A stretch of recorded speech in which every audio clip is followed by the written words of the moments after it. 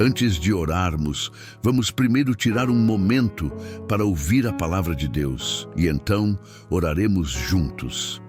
Toda pessoa que já caminhou sobre esta terra sabe o que é viver estações de alegria e de luta.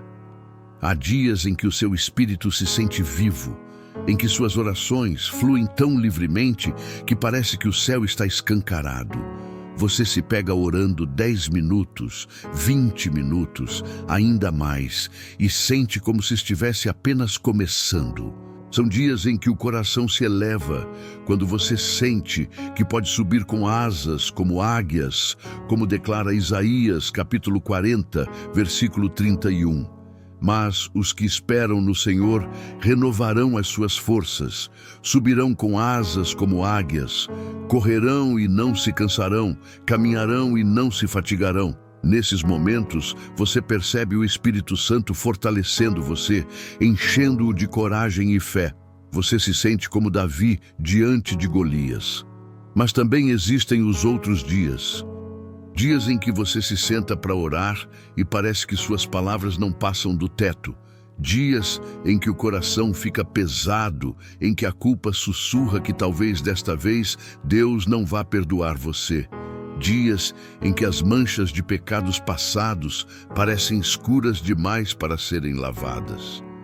Você conhece esses dias, quando a tentação parece mais forte do que a sua força de vontade e a vergonha se aproxima para convencê-lo de que talvez Deus seja santo demais para querer alguém como você. É sobre essa realidade, essa batalha contínua contra o pecado, que eu quero falar hoje, porque todos nós a enfrentamos. O pecado não é algo com o que você lutou uma vez e nunca mais viu. Ele é persistente. Justo quando você sente que finalmente está no caminho certo, lá vem uma distração, lá vem a tentação, lá vem o pecado tentando tirá-lo da rota. Ainda assim, o consolo das Escrituras é que até o apóstolo Paulo, um dos maiores servos de Cristo, descreveu exatamente essa luta. Em Romanos capítulo 7, versículo 15, Paulo confessa: porque nem mesmo compreendo o meu próprio modo de agir, pois não faço o que prefiro, e sim o que detesto, isso faço. E nos versículos 18 e 19, ele continua: porque eu sei que em mim, isto é, na minha carne, não habita bem nenhum, pois o querer o bem está em mim, não, porém, o efetuá-lo. Porque não faço o bem que prefiro, mas o mal que não quero, esse faço. Pense nisso por um momento.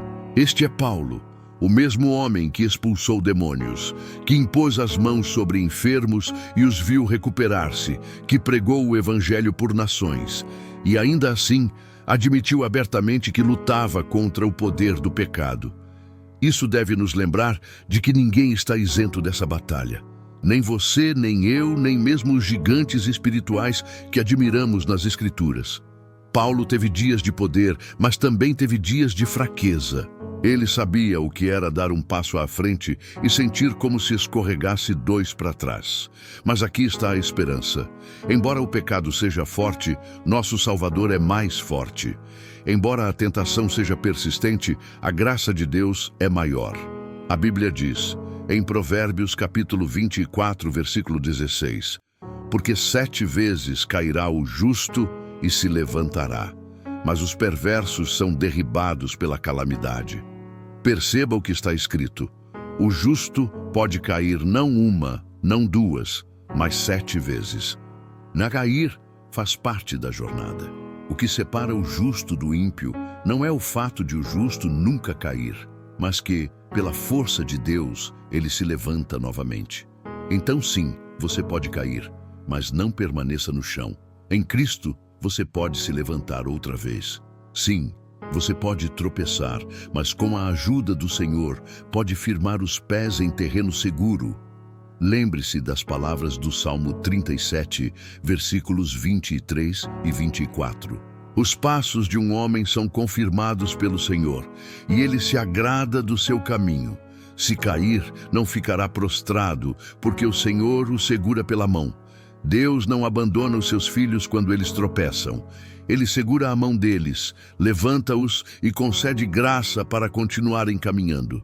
E o que torna essa verdade ainda mais poderosa é a conclusão de Paulo mais adiante, em Romanos, capítulo 7.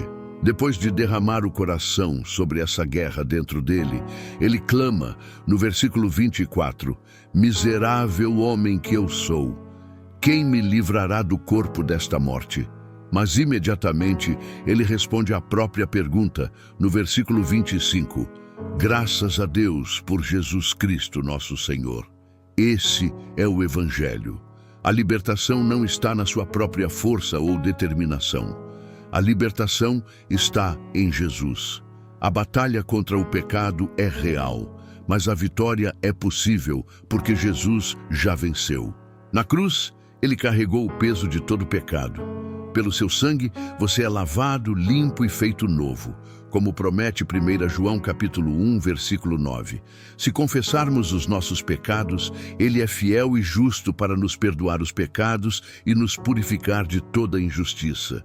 Isso significa que, não importa quão pesada esteja a culpa, nem quantas vezes você tenha caído, o perdão dele ainda está disponível para você hoje. Portanto, não desista. Não acredite na mentira que diz que você está além da redenção. Não permaneça preso na vergonha. Levante-se, não na sua própria força, mas na graça de Jesus. Continue orando, mesmo quando parecer difícil. Continue lendo a palavra, mesmo quando o coração estiver seco. Continue aparecendo, porque Deus ainda não terminou com você. Ele é fiel para completar a boa obra que começou em você, como declara Filipenses capítulo 1, versículo 6. Sim, haverá batalhas. Sim, haverá dias de fraqueza. Mas nesses momentos, apoie-se em Cristo. Vista toda a armadura de Deus, como está descrito em Efésios capítulo 6, e permaneça firme. Lembre-se de que a graça dele lhe basta e de que o poder dele se aperfeiçoa na sua fraqueza. Portanto, amados, a mensagem é simples. Você vai tropeçar, mas não será abandonado. Você vai cair, mas pode se levantar outra vez. E quando se levantar, não será pela sua força de vontade, e sim pela força do Senhor Jesus Cristo. Agora vamos tirar um momento para orar juntos. Bondoso Senhor Jesus, agradeço-te por seres meu companheiro constante. Tu tens sido meu amigo nos dias bons e meu consolador nos dias difíceis. Obrigado por me ergueres todas as vezes em que caí. É somente pela tua graça que tenho conseguido levantar-me de novo. É apenas pelo teu amor e misericórdia que encontrei forças para ficar de pé após minhas fraquezas. Verdadeiramente, não há ninguém como tu. Tua palavra declara em Miqueias, capítulo 7, versículo 18, "Quem é Deus como tu, que perdoa a iniquidade e te esqueces da transgressão do restante da tua herança? O Senhor não retém a sua ira para sempre, porque tem prazer na misericórdia. Pai, quem é como tu? Tens sido tão bondoso em perdoar meus pecados, paciente quando eu merecia juízo, misericordioso quando eu merecia ira. Obrigado por te comprazeres em misericórdia e não em ira, por me dares chance após chance de ser feito novo. Senhor, eu sei que há dias em que me sinto forte na fé, forte na oração, firme no caminhar contigo. Mas também sei que há dias em que minha fé parece fraca, minhas orações soam vazias, meu coração fica pesado. Nesses dias, Espírito Santo, peço-te, fortalece-me, sê meu consolo e meu guia.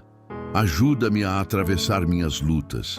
Lembra-me da tua palavra. Ensina-me a apegar-me às tuas promessas quando minhas emoções quiserem fugir. Enche-me de esperança quando o desespero me sussurrar. Sê a minha força quando a minha força falhar. Meu sincero desejo, Pai, é viver uma vida de constância diante de Ti. Oro para ser estável na vida de oração, firme na fé, fiel na busca diária por Ti. Quero estar tão fixo em Ti, Jesus, que nada neste mundo consiga me distrair. Não quero que meu coração seja seduzido pela cobiça da carne ou pelos prazeres passageiros deste mundo. Ajuda-me, Senhor, a desejar somente o que é puro, o que é bom, o que Te honra. Como ensina Colossenses capítulo 3, versículo 2, que minha mente esteja posta nas coisas do alto e não nas que são da terra. Oro para que o modo como vivo te agrade. Sim, Senhor, tu me deste livre arbítrio, mas peço que a tua vontade esteja acima da minha. Tu me deste consciência, mas peço que o Espírito Santo me guie. Fale comigo, convença-me e confronte-me. Conduz-me a toda a verdade, como tua palavra promete em João, capítulo 16, versículo 13. Mantém meus pés na vereda estreita que conduz à vida.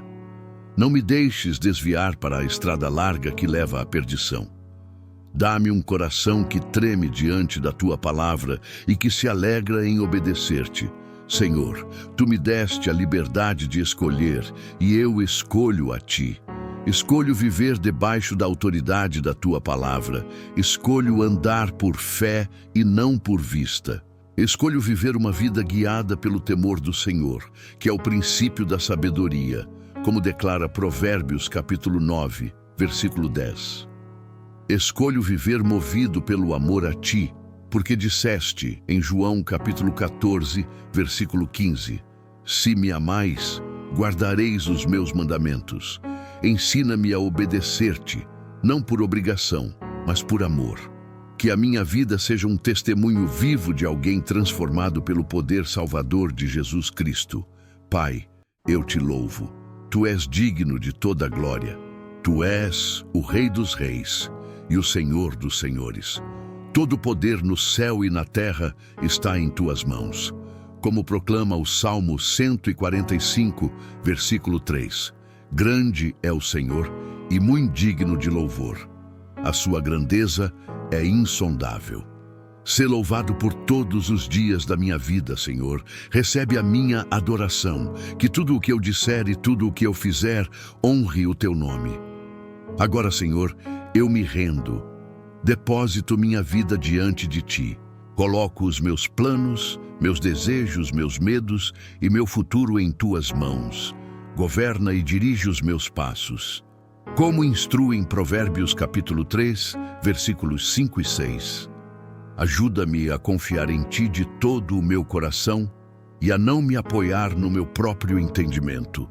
Que em todos os meus caminhos eu te reconheça e tu endireitarás as minhas veredas. Eu quero que tu sejas glorificado em mim, agora e sempre. Quero que a minha vida conte ao mundo a tua bondade. Quero que as minhas palavras carreguem o perfume do teu amor. Quero que os meus pensamentos sejam moldados pela tua verdade. Espírito Santo, dá-me graça para perseverar, coragem para obedecer e alegria para te adorar mesmo em tempos difíceis. Que meu coração nunca esfrie, que meu amor por Jesus jamais desbote. Obrigado, Senhor Jesus, por me amares quando sou fraco, por me perdoares quando falho e por me fortaleceres quando volto a ficar de pé. Dou-te toda a minha gratidão e todo o meu louvor. Em o poderoso e precioso nome de Jesus Cristo, eu oro. Amém. Se esta oração tocou o seu coração, escreva amém como sinal de fé. Oro para que toda a bênção desta oração esteja agora sobre você, em nome de Jesus. E se você precisa de uma oração especial, sinta-se à vontade para nos contar nos comentários. Teremos a honra de orar por você. Que a graça e a paz do nosso Senhor Jesus Cristo estejam sempre com você.